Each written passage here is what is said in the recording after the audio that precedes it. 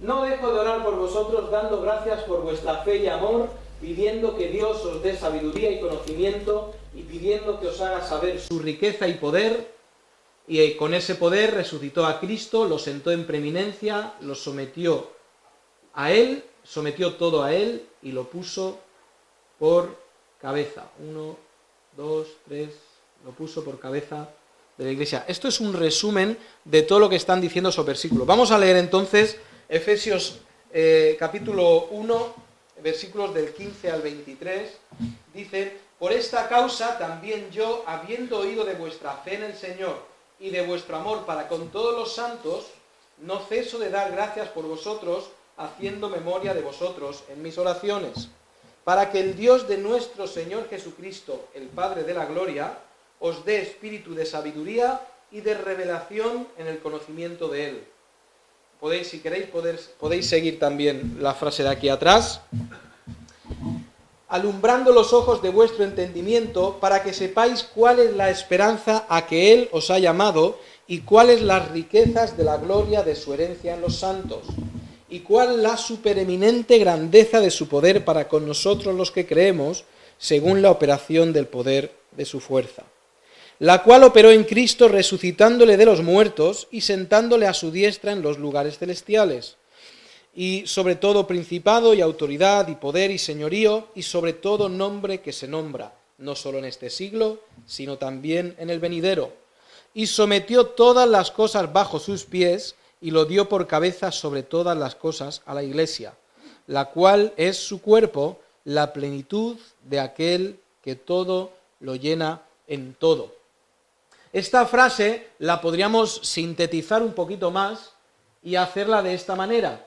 Fijaos, no dejo de orar por vosotros, eso es el encabezamiento de todo, no dejo de orar por vosotros. Primero, dando gracias por vuestra fe y amor. Segundo, pidiendo, primero daba gracias, luego pide que os dé sabiduría y conocimiento, y la siguiente petición es que os haga saber su riqueza y su poder. Esto es la frase sintetizada. Y luego la última parte de la frase es: a través de ese poder, Dios resucitó a Cristo, lo sentó en autoridad sobre todos, lo sometió todo bajo Él, y en cuarto lugar, que no se ve muy bien, lo puso por cabeza de la Iglesia. Eso es la síntesis de toda esa frase enorme. Viéndolo de esta manera, nos queda un poco más claro la intención de la frase de Pablo, ¿verdad? Es mucho más fácil ver así que leer todos esos versículos. Fijaos, da gracias por la fe y el amor, pide que Dios les dé sabiduría y conocimiento, y que Dios les haga saber cuál es la riqueza y el poder de Dios. Poniendo esto como base, la semana pasada hablamos sobre, o hace un par de semanas, sobre la oración de Pablo, después la esperanza, y lo que vamos a ver es, recordáis que también hablé sobre la fe y el amor, ¿verdad? Hablé hace un par de semanas. Entonces, yo estoy haciendo algo que no suelo hacer, pero como la fe y el amor ya he hablado, la sabiduría hablé un montón en el otro pasaje anterior, versículos... el versículo 8 del capítulo 1, hablé mucho sobre la sabiduría. Voy a hablar hoy del conocimiento. Nosotros tenemos a lo largo de la historia,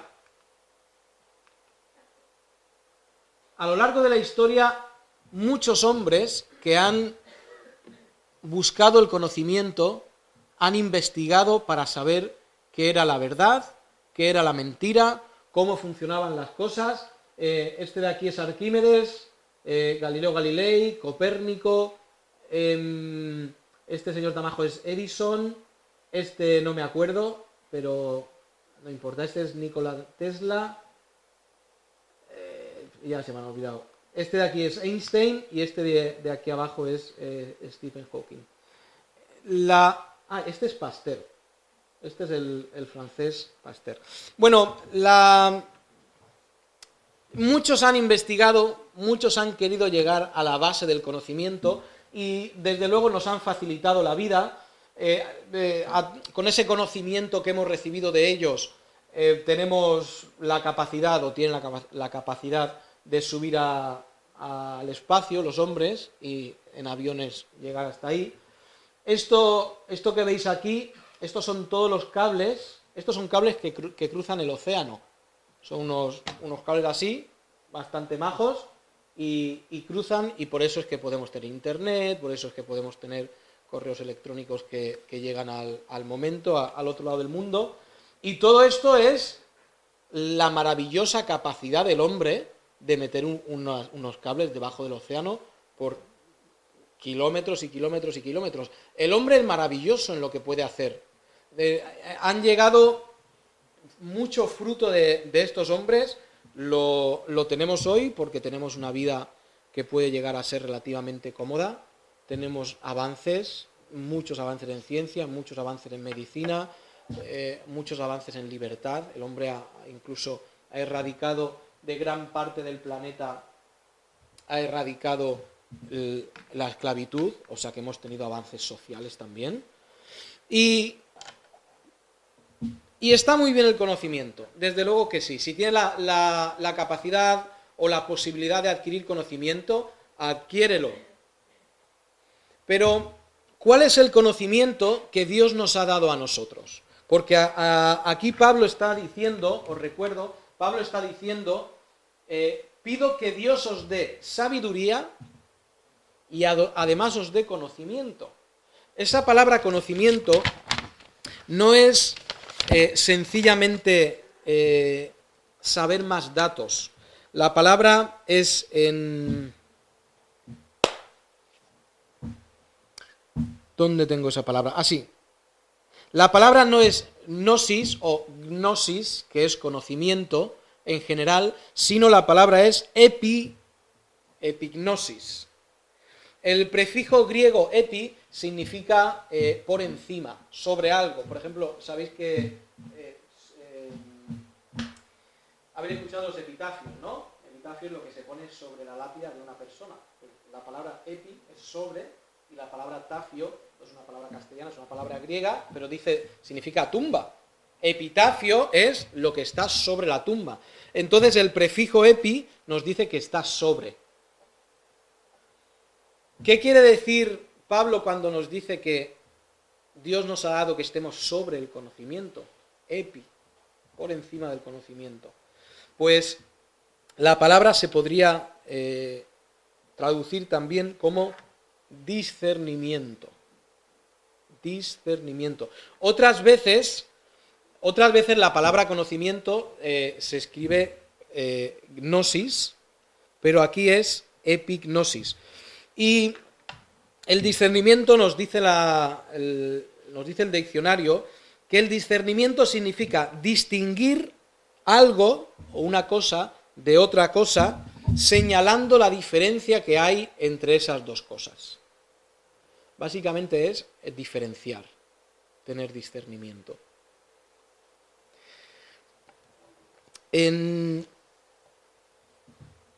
los días en los que estamos, y esto lo dijo este señor Einstein, él habló de la teoría de la relatividad. Y la relatividad llegaba a muchos campos, incluso al campo de la moralidad. Y yo creo que lo he dicho muchas veces, lo que es bueno para unos es malo para otros, y lo que es malo para otros es bueno para unos. ¿A ti te parece que la homosexualidad es algo bueno? Pues está bien. ¿A ti te parece que la homosexualidad es malo? Pues nada, está bien también, tú tienes tus derechos. Eso es lo que es la relatividad moral. No hay cosas que estén bien y cosas que estén mal, solamente hay cosas que te convienen o que no te convienen. Esa relatividad moral se palpa en la calle cuando salimos, ¿verdad? Tú le dices a una persona, yo soy cristiano, y normalmente no te va a escupir o te va a tirar una piedra. Te va a decir, sí, pues fabuloso, ¿no? Está bien, es algo que está bien. Y luego va otra persona, esa misma persona le dice, yo soy homosexual, ¿sí? Pues bien, pues es lo que tú quieres, pues está bien. O yo soy un mentiroso, y un asesino tiene menos buen nombre. Pero no pasa nada, no hay absolutos, no hay algo que esté bien, no hay algo que esté mal. Mentir no es necesariamente malo si puedes sacar un beneficio a través de eso. Eso va a decir el hombre. Si yo puedo mentir y ahorrarme algo, pues me lo voy a ahorrar. Si puedo mentir y ganar algo, lo voy a hacer. Vivimos en un momento de relatividad moral. Y el discernimiento, que Pablo pedía que los efesios tuvieran ese discernimiento, tiene que ver precisamente con distinguir lo bueno de lo malo.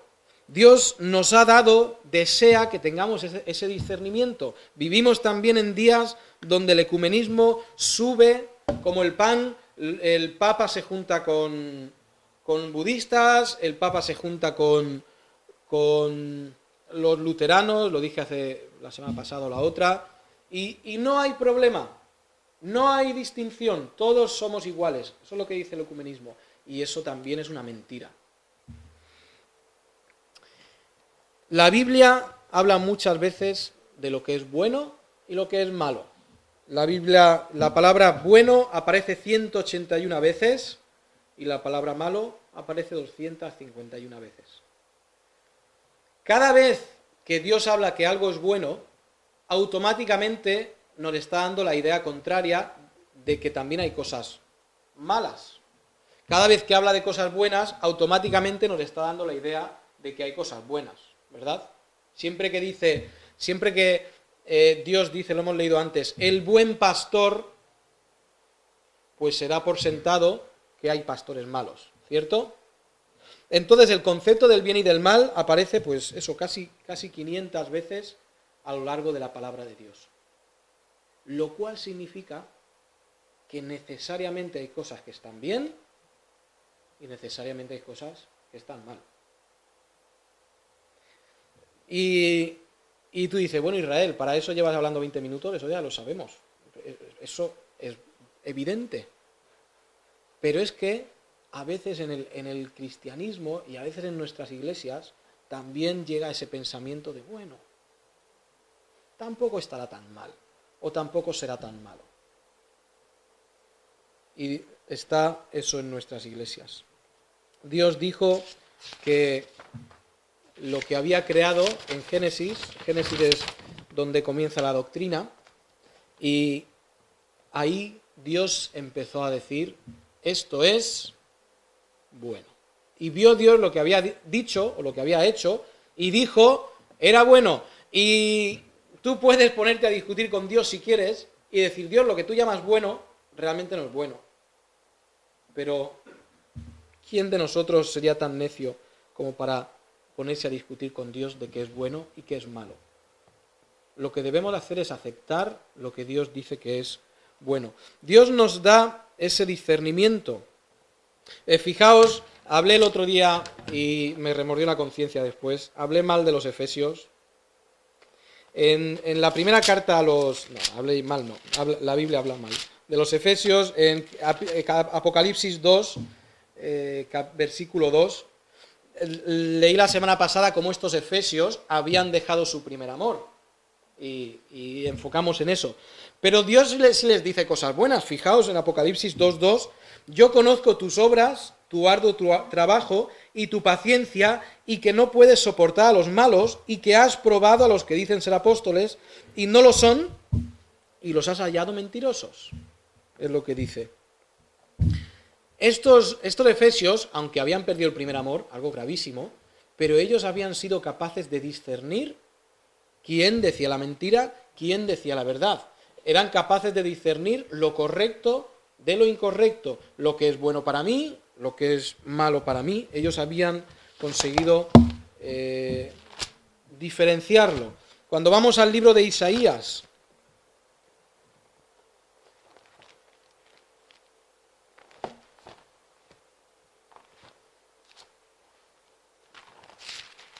Dios lanza una advertencia. Isaías capítulo 5. La conocemos de sobra, esta advertencia.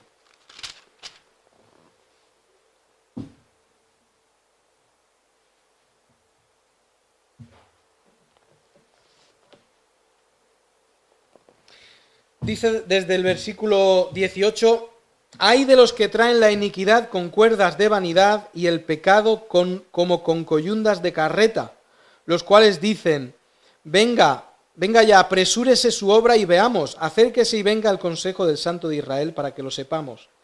Y dice aquí, hay de los que a lo malo dicen bueno y a lo bueno malo, que hacen de la luz tinieblas y de las tinieblas luz, que ponen lo amargo por dulce y lo dulce por amargo, y no tienen capacidad de discernimiento para diferenciar lo que es bueno de lo que es malo.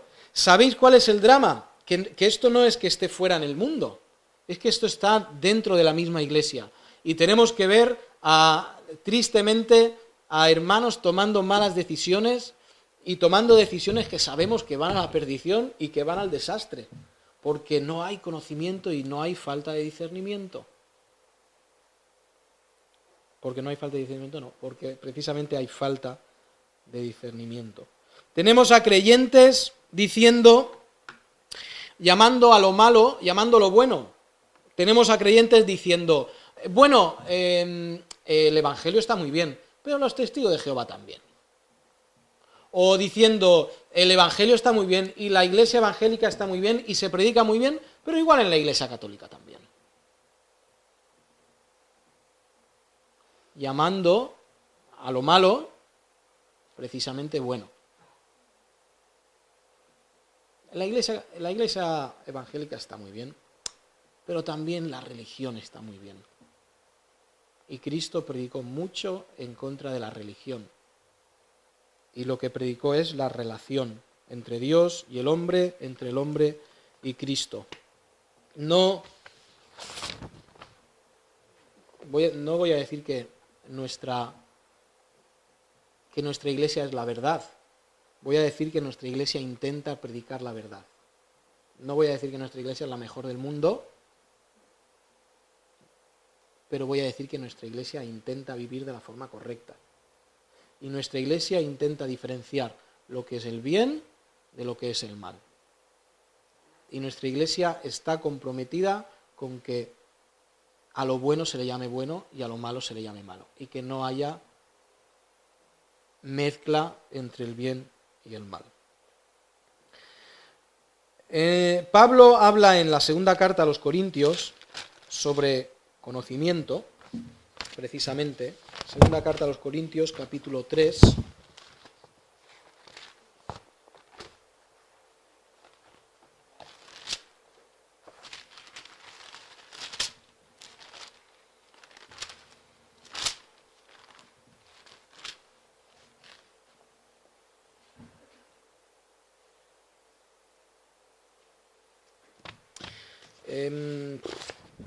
Bueno, desde el 12 tenemos que leer. Voy a leer yo rápido. Segunda carta a los Corintios. Segunda a los Corintios. No es segunda a los Corintios. Segunda a los Corintios 3, versículo 12. Capítulo 3, versículo 12. Así que teniendo tal esperanza usamos de mucha franqueza. Y no como Moisés, que ponía un velo sobre su rostro para que los hijos de Israel no fijaran la vista en el fin de aquello que había de ser abolido. Está hablando de la ley. Pero el entendimiento de ellos se embotó, porque hasta el día de hoy, cuando leen el antiguo pacto, les queda el mismo velo no descubierto, el cual por Cristo es quitado. Salto al siguiente capítulo. Por lo cual, teniendo nosotros este ministerio según la misericordia que hemos recibido, no desmayamos. Antes bien renunciamos a lo oculto y vergonzoso, no andando con astucia ni adulterando la palabra de Dios, sino por la manifestación de la verdad, recomendándonos a toda conciencia humana delante de Dios. Pero si nuestro evangelio está encubierto, entre los que se pierden está encubierto, entre los cuales el Dios de este siglo cegó el entendimiento de los incrédulos. Los incrédulos han sido cegados y son ciegos a la verdad. Si no fueran ciegos a la verdad, si tuvieran la capacidad de ver lo que es la verdad, no entraríamos aquí esta mañana, ¿no? Tendríamos que pedir al ayuntamiento que nos abriera el Estadio Gal para nuestras predicaciones. Quizá algún día ocurre. Pero no entraríamos, porque el mundo se iría detrás de la verdad, y la verdad es Cristo. Cristo dijo, yo soy el camino, la verdad y la vida, yo soy el único camino a la verdadera vida. Pero sigue diciendo, porque no nos predicamos a nosotros mismos, sino a Jesucristo como Señor y a nosotros como vuestros siervos por amor de Jesús. Porque Dios, que mandó que de las tinieblas resplandeciese la luz, es el que resplandeció en nuestros corazones para iluminación del conocimiento de la gloria de Dios en la faz de Jesucristo. Y esa palabra conocimiento no es la misma que en Efesios. Esta palabra es gnosis, no epignosis. Esta palabra es gnosis. Entonces, sigue diciendo, versículo 7, bueno, digo que la verdad, el entendimiento, el discernimiento, el conocimiento, no puede llegar sino a través de la faz de Jesucristo. Y una iglesia es más correcta y más santa cuanto más vive como Cristo y cuanto más céntrica en Cristo es la predicación de la palabra. Cuanto más leyes se prediquen y más normas se prediquen, más religiosos somos. Cuanto más se predique a Cristo, más santos deberíamos ser. Pero fijaos el versículo 7. Pero tenemos este tesoro en vasos de barro para que la excelencia del poder sea de Dios y no de nosotros. Y nosotros decimos, Señor, es que solo nos has cogido a los perdóname con esto, ¿solo nos has cogido a los tontos? ¿Dónde están los sabios del mundo reconociendo la verdad? Pues los sabios del mundo han sido cegados y ahí los tenemos. Vivieron, adquirieron conocimiento y después murieron. Quizá Edison, dicen que quizá él fue creyente. Pero el resto, bueno, todos no han muerto. Stephen Hawking, gran ateo, por cierto, gran ateo. Morirá. Y morirá lleno de conocimiento y de conocimiento vano. Y de conocimiento que no da la vida.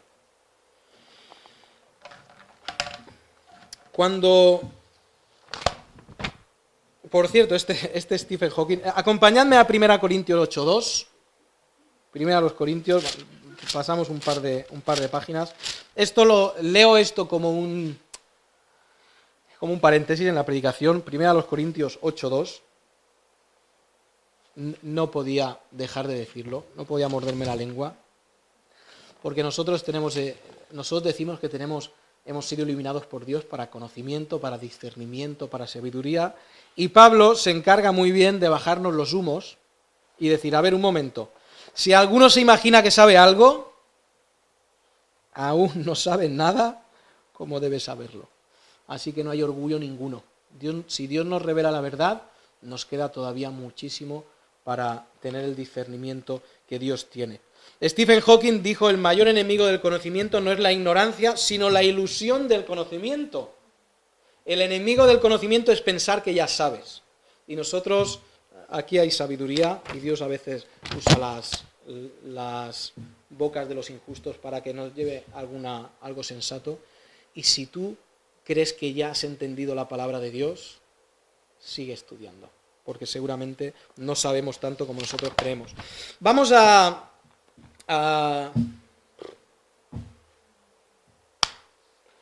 terminar, y vamos a terminar en Apocalipsis.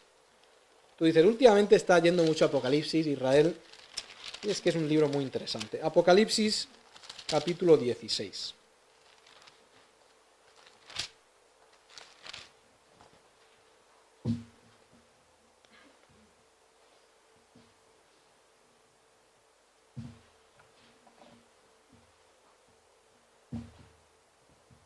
Apocalipsis capítulo 16, versículo 17, Cristo, realmente, específicamente, ha abierto los sellos, luego han sonado las trompetas, los que estamos en clase de Apocalipsis ya hemos visto todo eso, Dios abre los sellos con todos sus desastres, después suenan las trompetas con todos sus desastres, y por fin, en el momento de gran tribulación, ese momento tan malo que pasan los que estén en ese momento, del cual Cristo dice que nosotros seremos librados. Pero en esas copas de la ira, que son ese momento de gran tribulación, fijaos, versículo 17, está hablando de la séptima copa. Ya han pasado las otras 6 copas, que luego le echáis un vistazo en casa y son copas que destruyen el mundo como lo conocemos. Fijaos versículo 17. El séptimo ángel derramó su copa por el aire y salió una gran voz del templo del templo del cielo, del trono, diciendo: consumado es, hecho está. Entonces hubo relámpagos y voces y truenos y un gran temblor de tierra, un terremoto tan grande cual no lo hubo jamás desde que los hombres han estado sobre la tierra. Y la gran ciudad fue dividida en 3 partes. Esa ciudad es Jerusalén, será dividida, estará el templo, saldrán unos ríos, podéis leer en Ezequiel, muy interesante todo eso, Ezequiel 40, el nuevo templo, cómo saldrán esos ríos hacia el mar Mediterráneo, hacia el mar Muerto. La gran ciudad, Jerusalén, fue dividida y las ciudades de las naciones cayeron. Ya ha ocurrido la batalla de Armagedón, donde todos los ejércitos van a ese valle de Jezreel, Cristo baja, destruye a todos y ha destruido a los poderes del mundo, ha destruido a los ejércitos del mundo. ¿Qué es lo que queda en la tierra de pie? Quedan las ciudades y los hombres que han sobrevivido. Y en esta séptima copa hay un terremoto tan grande que las naciones caen, las ciudades de las naciones caen. Está diciendo que es sacudida la tierra de tal manera que las ciudades como las conocemos se derrumban.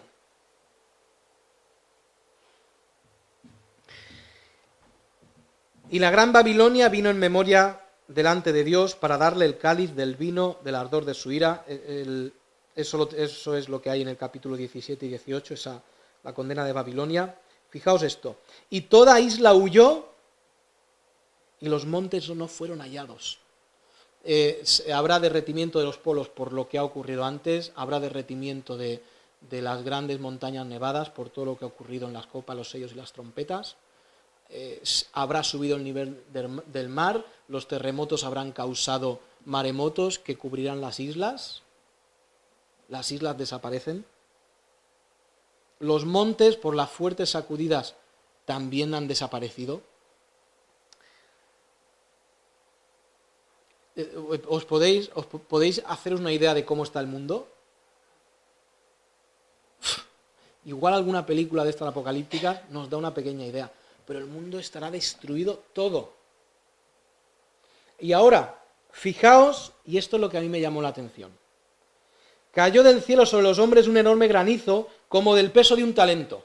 Un talento son 34 kilos.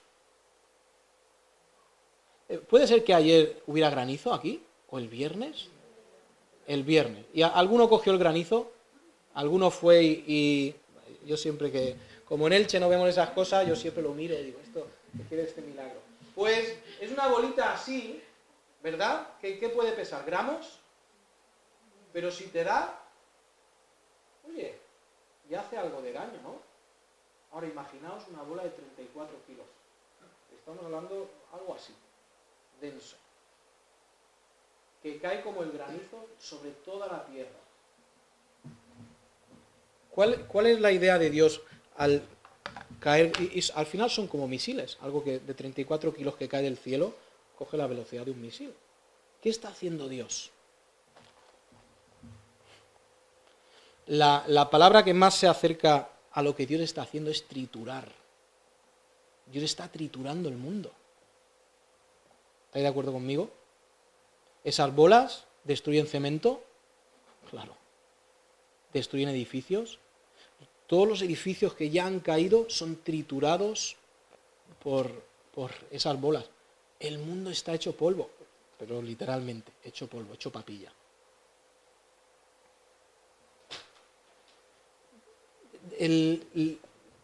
Este relativismo moral que vivimos hoy en día dice, no, eso del castigo, eso de Dios juzgando, eso de que hay un castigo para el bueno, hay un castigo para el malo, eso, bueno, cuentos de la Biblia. Y esto que leemos, esto no es, lo decía a los estudiantes en la clase, esto no es Dios que tiene un arranque de ira y descontrolado totalmente manda que la tierra sea trillada y triturada. Esto es un Dios que conscientemente y con toda su capacidad cabal dice, esto es el juicio justo para la tierra. Hermanos, existen hombres buenos y existen hombres malos. Existen hombres que han creído en Cristo y existen hombres que no han creído en Cristo. No somos todos iguales. Tenemos una parábola en la cual Cristo habla de que se siembra un campo y el enemigo viene y mezcla con el trigo, mezcla la cizaña. Y van al señor del campo y le dicen los siervos al Señor, ¿quieres que seguemos? ¿Y qué dice el dueño de la tierra? Espera que crezca, que todo crezca junto y después será segado. ¿Existe cizaña entre nosotros? ¿Existen entre nosotros personas que no creen en el bien y en el mal, que no creen en lo bueno y en lo malo, que no creen que siguiendo a Dios hay bendición y no siguiéndole a Él es la perdición y el juicio? Qué grave sería. Qué grave sería. Y tenemos en Apocalipsis la conclusión de la parábola del trigo y la cizaña, cuando Dios manda a sus ángeles a segar la tierra. Y es el juicio. No son todas las religiones iguales, no son todos los hombres hijos de Dios, no todo lo que se dice es doctrina correcta. Y espero que nosotros tengamos el discernimiento, es lo que deseaba Pablo y lo que deseamos como iglesia, que todos tengamos el discernimiento de lo que es el bien y de lo que es el mal. Vamos a orar. Eterno Dios, nuestro Padre, justo eres, y el libro de Apocalipsis se encarga muchas veces de repetirnos que todos los juicios son justos, todos tus juicios son totalmente exactos y totalmente perfectos a lo que el hombre merece. Y Señor, ruego que no seamos hallados entre los inicuos y en segundo lugar que no cerremos nuestra boca para hablar de lo que es el bien y de lo que es el mal a esta generación que no lo entiende y no lo conoce. Ruego que no haya entre nosotros nadie que a lo bueno llame malo y a lo malo llame bueno también. Gracias por todo esto, en el nombre de Cristo. Amén.